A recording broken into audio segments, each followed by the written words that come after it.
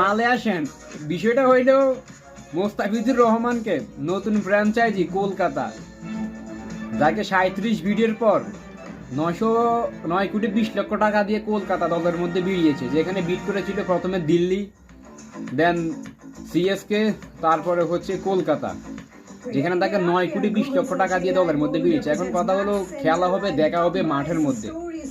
One of the greatest dot ball king, যাকে আসলে টি-20 ক্রিকেটের ইতিহাসে ডট বলের রাজা হিসেবে ধরা হয়, একজন বলার হিসেবে তাকে। এখন কথা হলো আসন্ন আগামী 2026 এই টুর্নামেন্টের মধ্যে যদি বিসিবি যদি তাকে যদি পুরো সিজনের জন্য যদি এনওসি দেয়, তাহলে আমরা বাংলাদেশি যারা ক্রিকেট ফ্যান আছি আমরা খুবই উত্তেজিত আসলে ওই টুর্নামেন্টটা এনজয় করার জন্য, খেলাটা দেখার জন্য আমরা মুখিয়ে আছি। আর বোর্ড যদি কোনো রকম যদি চুক্তি কাহিনী করে যদি তাকে যদি এনওসি যদি না দেয়, তাহলে বিষয়টা খুবই গোলমাল ওই যে বুকে, তখন আর কোনো মালে আসল লাগবে না, তখন আবার বোর্ডের বিরুদ্ধে আবার উত্তেজনা শুরু হয়ে যাবে যদি তাকে এনওসি যদি না দেওয়া হয়। সাংবাদিক এত হকা সাংবাদিক তখন তাদেরকে আবার বলা শুরু করবে।